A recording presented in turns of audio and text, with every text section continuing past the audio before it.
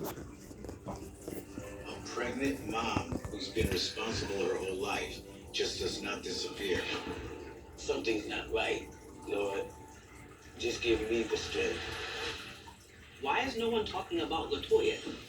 She's a somebody, and she needs to get the same attention that Lacey Peterson and Natalie Holloway is getting at this point in time. We pretty damn well worked around the clock, but we don't have a body. We don't have a crime scene.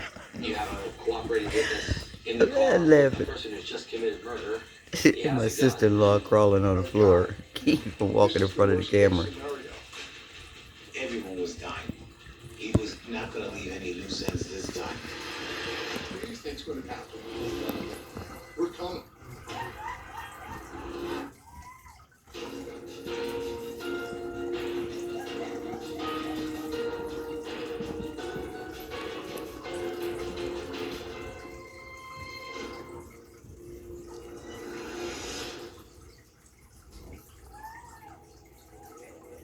In the summer of 2005, a pregnant mother from West Philly vanishes, leaving behind her 7-year-old daughter. No crime scene, no witnesses, no body.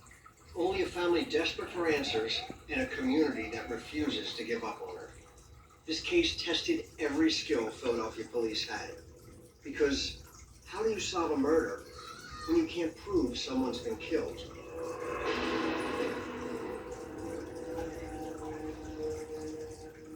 The 18th of July.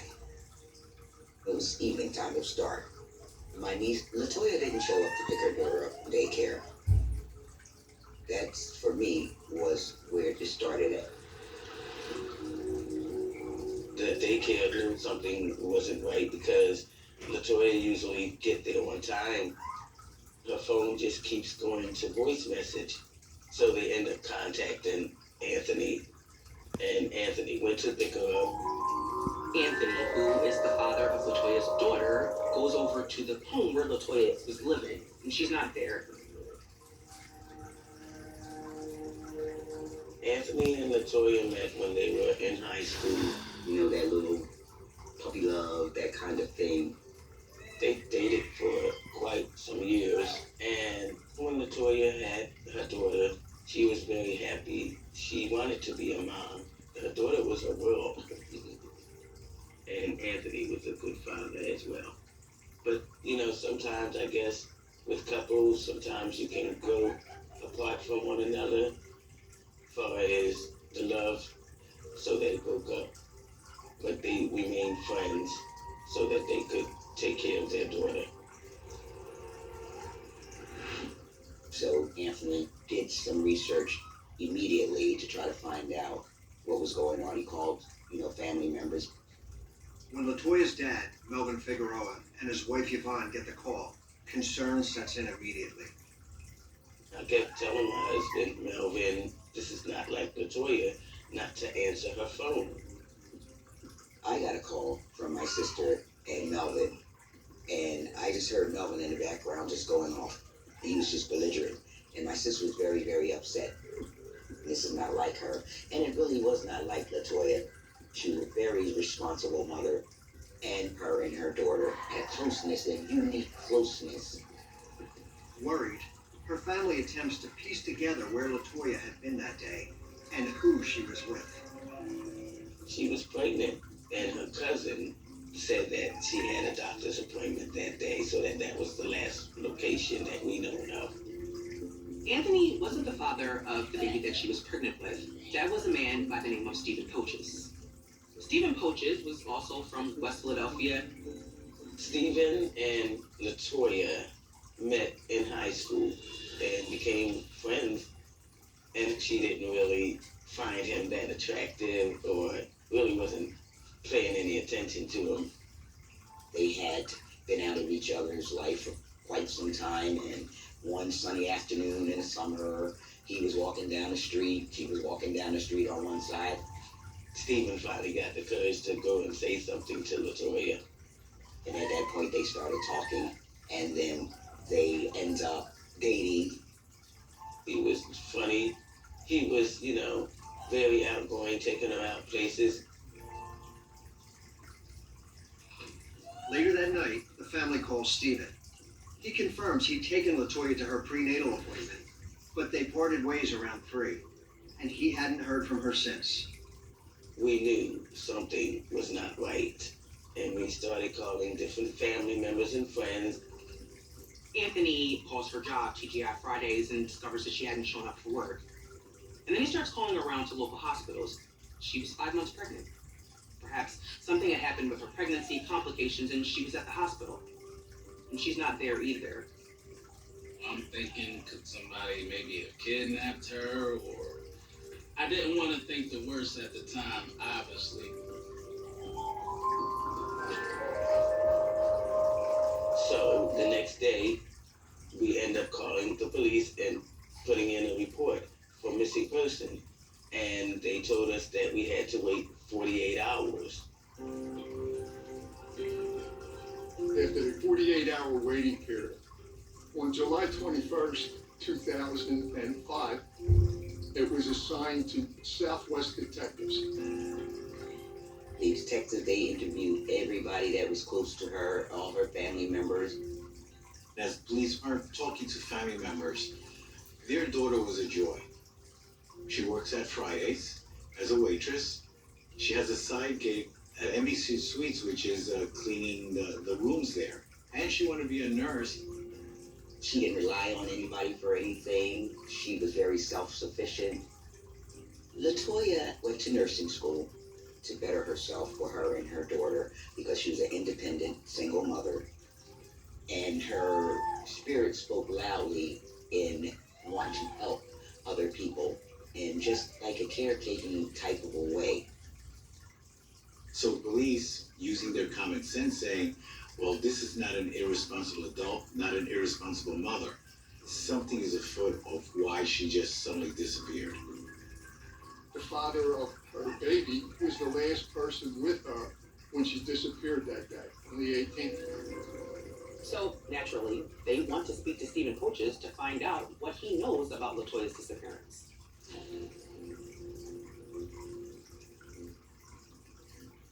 They go through the timeline for that day, the 18th, when they got together, where they traveled, everything. Stephen says that he had taken her down to Pennsylvania Hospital for a checkup on the baby sometime after 1 o'clock. They leave and he drives her back to West Philly. They stop at a fish restaurant. They have a bite to eat. He says afterwards he withdrew money and gave her $300 for baby things. They go back to his apartment. He says around 3 o'clock, she leaves to go to work. They ask Stephen, after she left, what did you do? Did you do anything? No, I never left my apartment. Police asked him, did you try to call her? And he said, yeah, but she hadn't answered the phone. And so he hadn't talked to LaToya since she left his house. Stephen explains that he and LaToya weren't together, despite the pregnancy. And then comes an even bigger reveal.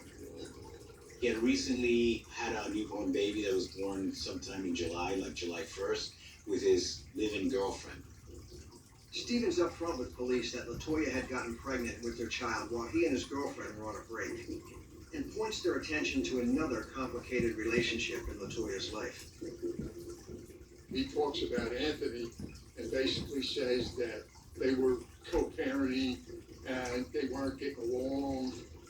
LaToya told him that Anthony doesn't really care, doesn't want to really be involved in his daughter's life. It's a very different picture of Anthony than what detectives had witnessed to that point. Anthony was the one that made the phone calls to the different hospitals to check on to see if LaToya had been admitted. It seemed like he was very concerned, but everybody's a suspect. The police start to look into Anthony, the father of LaToya's oldest daughter. And so they bring Anthony in and they question him. During Anthony's interview, he said that LaToya was a loving mother, she had no enemies, and it just, didn't make sense that anybody would want to harm her.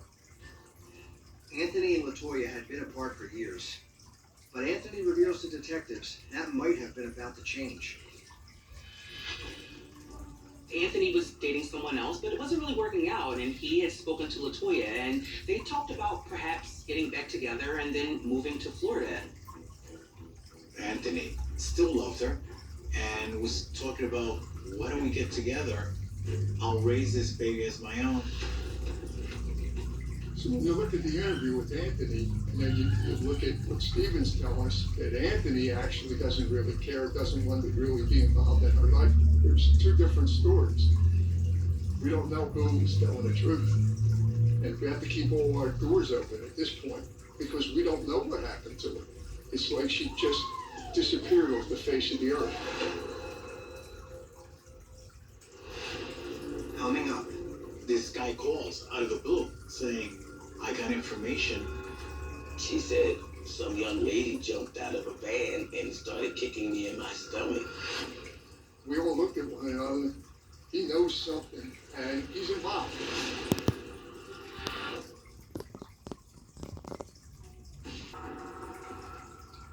As detectives dig deeper into the two men in LATOYA Figueroa's life, her family begins their own search. Melvin started putting out flyers, then going around to different blocks and asking if anyone had saw his daughter. We're going into every abandoned house, every park, every river, whatever it takes. That's what we're going to do. We're not going to lay down on looking for LATOYA. For the Figueroas, their mission isn't just about finding LATOYA. It's about preventing a nightmare, one that they've lived through before. LATOYA was 4 years old when her mother was murdered. It was April of 1985 when 22-year-old Ann Taylor was found on a Philadelphia street, her throat slashed. Her case was never solved. LATOYA did not understand the magnitude of what happened to her mother.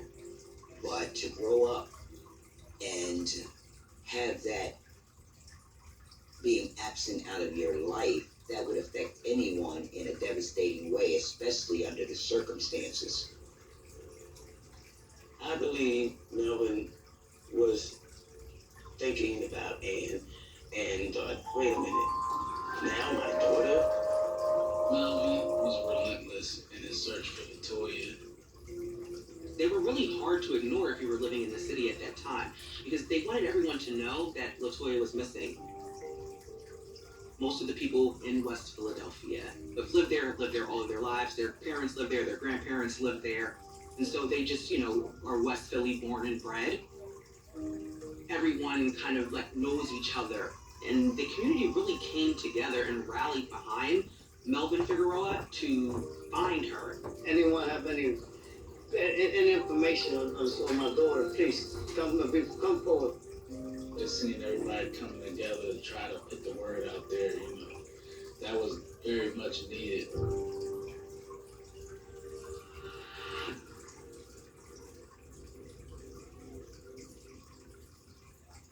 At this point, it's still a missing persons, but it's obvious that something has happened to her. So the decisions made by the department, the bosses, that the case would be transferred down to homicide, because that's what we do. We would take over the job and bring it to fruition. Homicide is involved because they're an elite unit. They have the time and the expertise to investigate this. And we start digging through the file. We're basically starting over again, going through everything, going out, redoing interviews that we could. Through these interviews, a picture emerges of how the family really felt about Stephen. I don't know what many saw in him. Personally, LATOYA, I believe she was a little blinded by love, because I can recall my sister telling me and Melvin that LATOYA had invited him over for dinner, and she was overly ecstatic to introduce him to her father and to her stepmother and her stepbrothers. But he never showed up. He just brought LATOYA and dropped her off. And I thought that was a little strange and rude. So after that, I was like, I really don't want to meet him now. The this was at the time she found out she was pregnant with her second child, and she confided in my mom about that. LATOYA told me that she was pregnant and was very excited. I was like, oh, you're gonna have another little baby. She knew that she was a girl, and she was elated. Her name was going to be Nyla. The sense I got from the family was things might be a little harder, but you're also bringing in the joy. You're bringing another member of the family, so it's really a blessing. I had asked her, how does the young man feel about it? And she just looked at me, and I'm like, something's not right. Only thing LaToya wanted Stephen to do was to be a part of her life and be happy that she was pregnant. And Stephen Poaches did everything but that.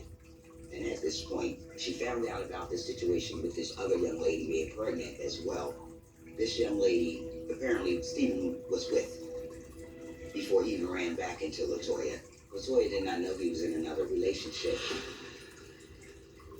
He has 2 girls pregnant. At the same time, he's responsible financially for 2 babies. He asked LaToya to get an abortion. She was not having that. She was happy that she was going to have this baby. The family also sheds light on an incident from 3 months earlier. LATOYA, she came over to the house. She was very upset. And she said, Mom, I was just getting off from work, and from nowhere, some young lady jumped out of a van and started kicking me in my stomach. She's attacked, she's jumped, and she's robbed. She went to the hospital to get checked out. Thank God that everything was okay with the baby. How interesting that the beating she got was not in her face or her legs, but they purposely were kicking her abdomen. We're thinking, did Stephen have something to do with it? What are the chances that, you have 2 girls pregnant, all of a sudden the one that you really don't want to have the baby, all of a sudden now he's robbed, beat up, and kicked. She miscarriages, he's off the hook. Detectives aren't the only ones clocking Stephen. I just want to find her. That's all I care about. Anthony Williams, LaToya's ex-boyfriend and father of their 7-year-old daughter, says he doesn't understand why LaToya's current boyfriend isn't helping in the search. If the shoe was on the other foot and I was the last person to see her, I would be here still.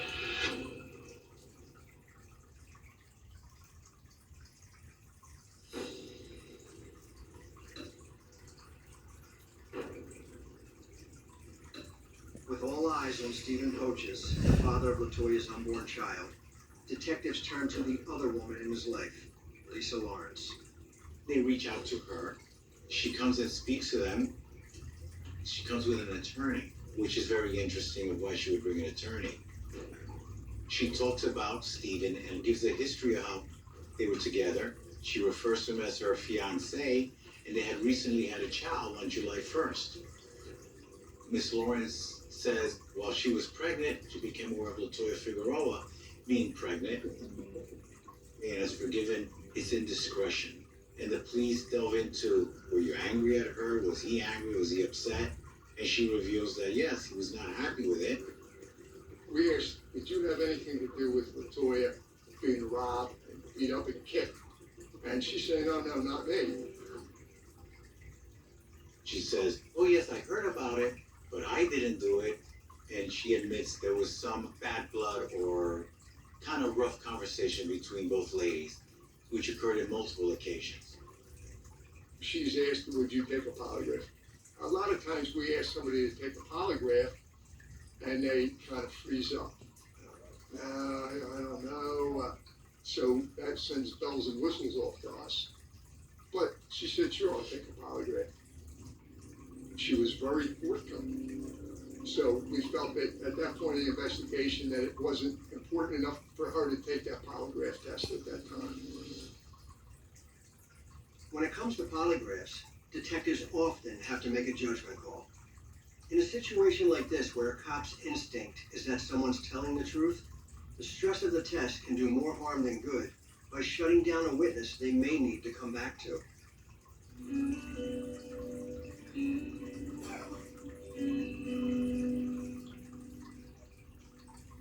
I was very concerned for LaToya and for the baby. And as the days went on, I just had started getting the feeling of she's not here. Something bad happened to her. I just had to say, Lord, just give me the strength, because now I have to really try to hold my husband up.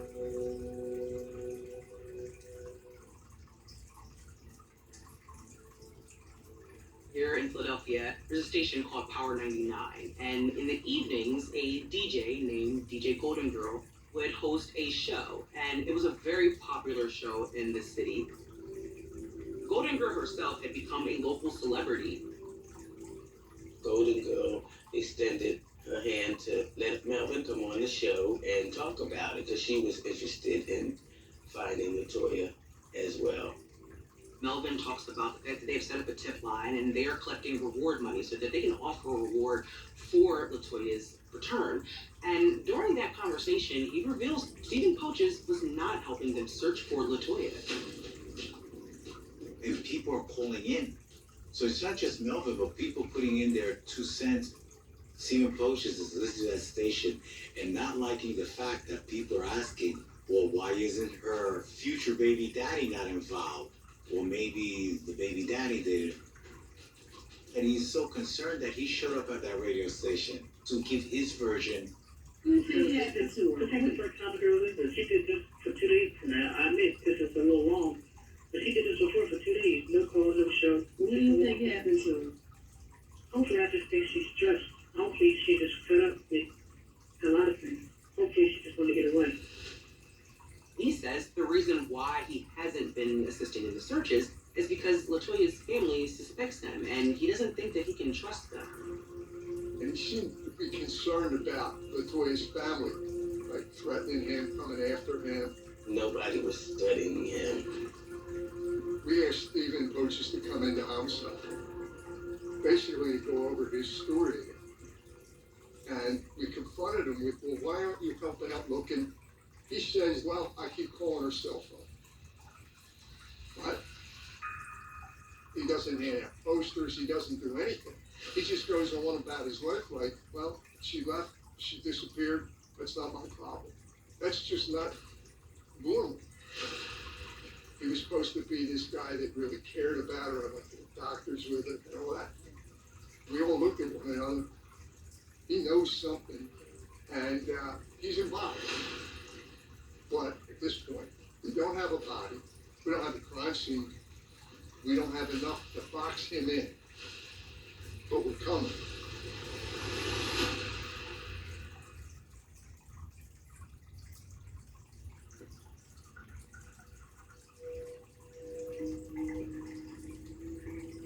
Here in Philadelphia, LaToya's story was breaking news.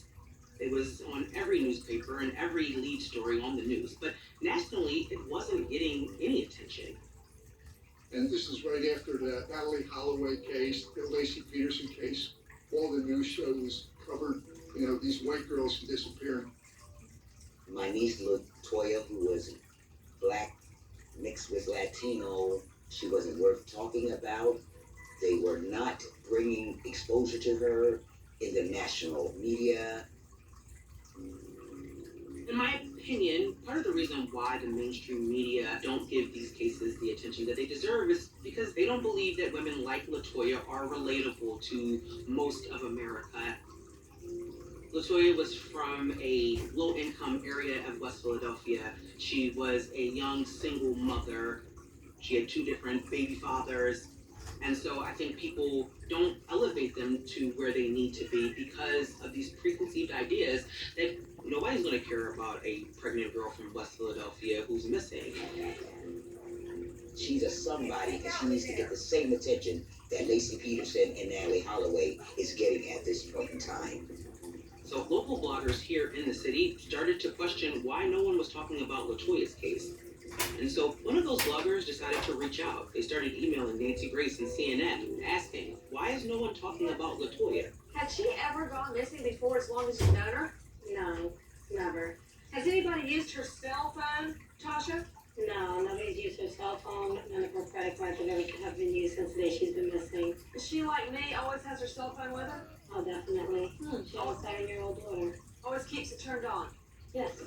Now the whole thing blows up. The national media was like on every corner, interviewing everyone they could, and now there's a lot of pressure.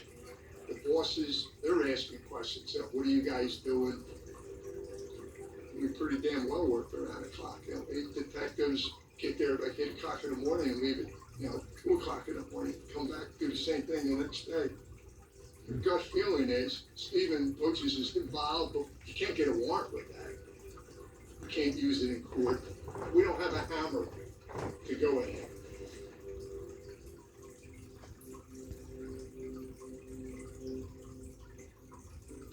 At that point, there was a $10,000 reward. But then there was donations from local rapper Booney Siegel, who's a rapper here in Philadelphia, and TGI Fridays, which was the employer where LaToya had been working.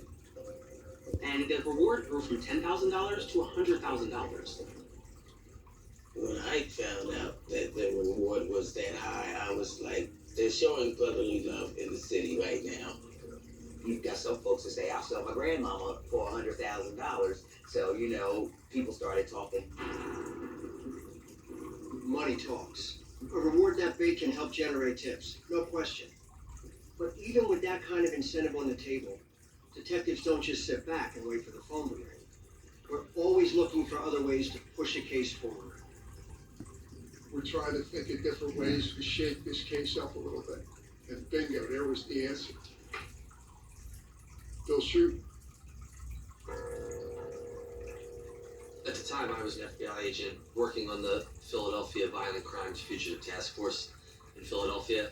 I was developing the new sort of investigative technique to apply historical cell site analysis in investigations. This was cutting-edge technology that Bill Shute was the only one in the FBI who was flying across the country testifying and training FBI agents with this new technology. When the request came in from Philly Homicide, the request was, can you look for the period of July 18th, where was Stephen Poaches, where was LATOYA Figueroa? We got 30 days worth of phone records, and you could tell a lot about a person by their cell phone records. And so, while I didn't know Stephen Poaches, what I knew about him is that this guy made calls at all hours of the night. 8 p.m., 10 p.m., midnight, 2 a.m., 3 a.m., 5 a.m., 3 p.m. In the 5 years of looking at cell phone records, I had never seen somebody that never took a break, and that was odd. I'm going to use a double negative here for effect. He never not made calls. I'm looking at the records from the 18th, and I'm starting to see that it slowly matches up with the story. LATOYA and Poaches start moving from West Philadelphia down into the vicinity of Pennsylvania Hospital. After the prenatal visit, they move into the West Philadelphia area where their phones were used several more times before they both go off the network. That's an aha moment. From 3 o'clock to 9 o'clock, his cell phone goes off. And her cell phone never comes back on again. That was significant. Stephen Poaches always made phone calls. Like I said, he never not made calls. Something was happening for him to have shut the phone down. So what became really important was, who is he calling and where is he when that phone came back up on the network? Around the 9 o'clock hour, I started seeing cell phone usage in the vicinity of West Philadelphia. And then after midnight, I see that there is the same phone number being called, 1206, 1230, 1249. And so let's get the subscriber for that particular phone. At the same time, Poaches starts traveling down south along Interstate 95 down into Chester, Pennsylvania. So the question becomes, who's he calling and where's he going? We get the subscriber information, and it comes back to Javar Alston out of Chester, Pennsylvania. So that became a priority. At that point, we had to get a hold of Javar Alston.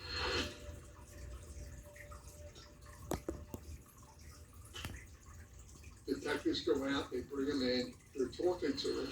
You know, how do you know Stephen Poaches? Why was he calling you that night?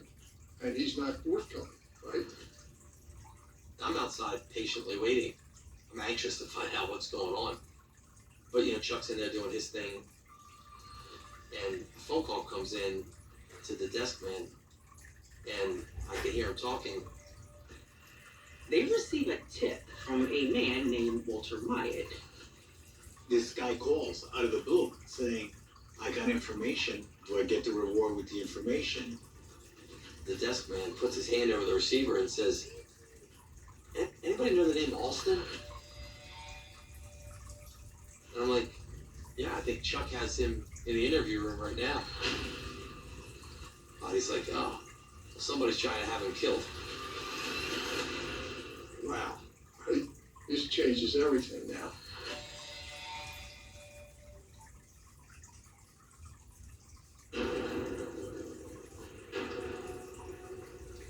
Philadelphia police have their first major break. Javar Alston is now in custody. He's the man Stephen Poaches called repeatedly the night LaToya vanished. And just as detectives are pressing him on his ties to Poaches, a tip comes in that changes everything. The tip came in that Stephen Poaches was trying to hire a hitman to kill Javar Alston. The decision is made to talk to Javar Alston and tell him. So basically, Stephen wants to off you because of what you know. You better start telling the truth. You got to help yourself. Tell us what you know. So, of course, he opens up. What Javar Alston tells the detectives is that he does know Stephen Poaches, that they met at a vocational school where they studied HVAC. Alston says that he remembers talking to Poaches a couple of months earlier. He talked about wanting to kill a pregnant girl. She has to die because she won't get an abortion. Alston reveals Stephen told him he had someone beat the girl up so she'd lose the baby. And he didn't think anything of it. He thought he was like just running his mouth. But on the 19th, Alston found out just how serious Stephen actually was. He says that July 19th, he gets 2 phone calls from Poaches saying, I'm en route to you. I need your help with something. Javar says, listen, Stephen needed a favor. We've done business together. We're good enough friends that when I've asked for money, he's given me money when he has it. I said, sure, whatever you need. He said when Stephen got there, he got into Stephen's car and they drove to a wooded area that was behind Javar's grandmother's house. Stephen says, I got a dead body in the car. Javar freaks out. What do you mean? Hoping against hope. He's joking, but he pulls out a gun, opens the trunk and says, you're going to help me get rid of this body. They open the trunk. He helps him get the body out. And Stephen drags her into the weeds. Then he tells Alston, listen, you say anything, you're as guilty as I am. You're involved. And if you tell anybody, I'm going to kill you. So Javar was terrified. He could hurt him, he could hurt his family, and so he didn't say anything. Javar told the police, listen, I've been praying to God for forgiveness. Please tell the family to forgive me. We're all, I don't know if shock's the right word. You don't want to bring Steve in now at this point because he's going to lawyer up. He's going to say, I don't know what you're talking about. I had nothing to do with this. After the tip from Walter Myatt, police want to speak to him, so they bring him in and sit him down. Myatt explains how he got a hold of this information. He goes, well, I have a certain reputation. I'm a tough guy. People think I'm a hitman, all this stuff. So Stephen Poaches reached out to me saying, I need a favor. I'll pay you. I want you to help me move a body and to kill Javar. Stephen Poaches is under duress. The case is closing in, and he needs to tie up loose ends. We know he's involved. Now we have him, right? But what do? We don't have the body. And so the police start to think, well, maybe Myatt is actually telling the truth and can be useful in this investigation. The police say, call Stephen, tell him you're in, accept whatever amount of money to move that body. The plan is that Walter is going to go undercover. He's going to pretend to help Stephen Poaches move the body. And Maybe we get lucky, catch Stephen right in the act. And so now you have this massive operation where you have to bring in surveillance teams and planes. You had to have people waiting in the woods. Stephen picks up Wyatt and they're headed down to Chester. Myatt was wired so that police could hear the entire conversation, and they also had undercover detectives following close behind them. At this point, the stakes are high. Walter Myatt is someone who has a shady past. Plus, Stephen Poaches is someone who they suspect is being a murderer who has a gun. If something happened to Walter Myatt, we wouldn't look too good, will we? I know we'll have hell to pay if it goes wrong, but she deserves our best. Although we know she's dead, but for the family to put her in a proper grave, the police says we're taking that chance. The headquarters, we monitored the radio, and they were willing to move at any time if it looked like Myatt was in trouble. The police are following that vehicle to Chester. Everything works fine until they hit a pothole. And the transmitter that was attached to Walter Myatt goes out. And now, police can't hear anything that's happening in the van. They have no idea the conversations that are taking place, and they don't know if Walter is ultimately now in danger. Panic sets in. Can't communicate with him. You get a lump in your throat saying, oh God, this is the worst case scenario.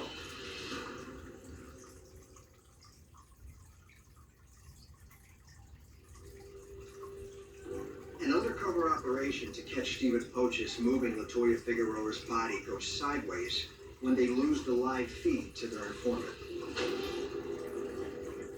You have a cooperating witness in a car with a person who's just committed murder. He has a gun. This witness is not trained to handle this situation. We were so worried, like, don't lose this guy. And they continue to Chester, to Javar's grandmother's house, with the police following. They pull in, and it's like this open field behind the house. They drive straight back to where the railroad tracks were. And before Stephen can even open his door, they move in and they grab him.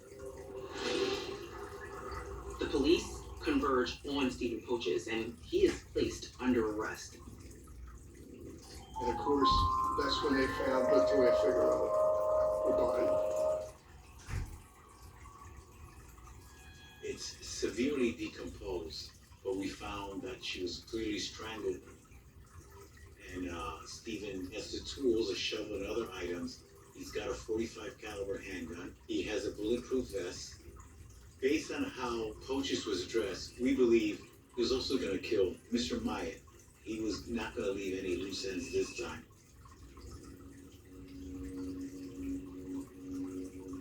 We were in bed sleeping, and the police were knocking at the door. I was still just trying to hold on to hope. Then we got the news that she was gone. That was a tough pill to swallow. And the police took us out to where they found LATOYA's body. And all I remember is that me and Melvin held each other and we just broke down and started crying.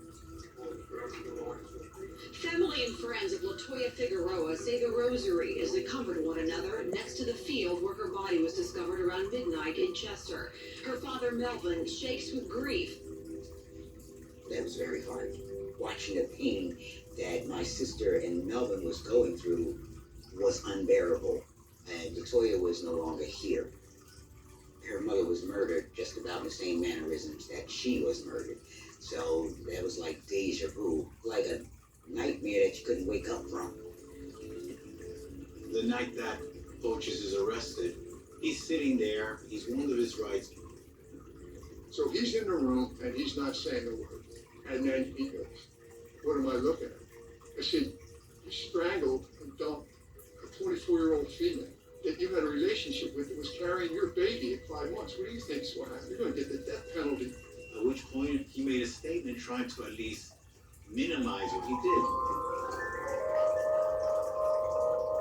He says, they're getting through an argument. He says that she smacked him. He doesn't confess completely because, as most people don't want to admit that they are an animal and pure evil. He says, well, she was attacking me and hurting me, and that's why I strangled her by accident. Stephen Poch's trial was set to begin on Thursday, October 12th, 2006. The defense asked us, would we consider not seeking death? I said, you'll have to take a bench trial. By not putting this family through a jury trial. The bench trial meant that instead of having his fate decided by 12 jurors of his peers, it's decided by the judge. The jury trial takes a long time. The family is sitting there day in and day out, watching their daughter get murdered every day. I said to my sister and to Melvin, I know that y'all want him wiped off the face of the earth, but I think that'll be a little too easy for him. He needs to spend every day of his life behind bars to think about what he did to LATOYA. You know, suffer for years the consequences of his actions. So the family, with their permission, we withdrew death for a bench trial. After a 4-day trial, the judge finds Stephen Pochis guilty of 2 counts of first-degree murder. 1 count for LATOYA and 1 count for their unborn baby, Nyla. Pochis is sentenced to life in prison without parole.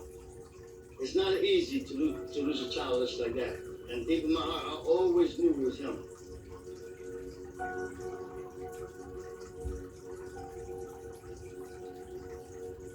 We were very, very thankful that what happened to her went national. It really brought the light to her being a Black Latino woman who was missing and that was worth looking for because she was somebody. Since 2005, the stories of missing and murdered Black women and girls and other people of color has begun to get more attention than it used to. It's still not anywhere near where it should be, and I hope that LATOYA's story continues to show people that race and class shouldn't matter, that LATOYA mattered, and that her story mattered, and her unborn daughter mattered. LATOYA had a beautiful personality. And one thing that I would like for everyone to know, to just keep her beacon of light shining forever, because she did not deserve to leave the world the way that she did. She was such a beautiful person, and that I wish the world could be more like LATOYA.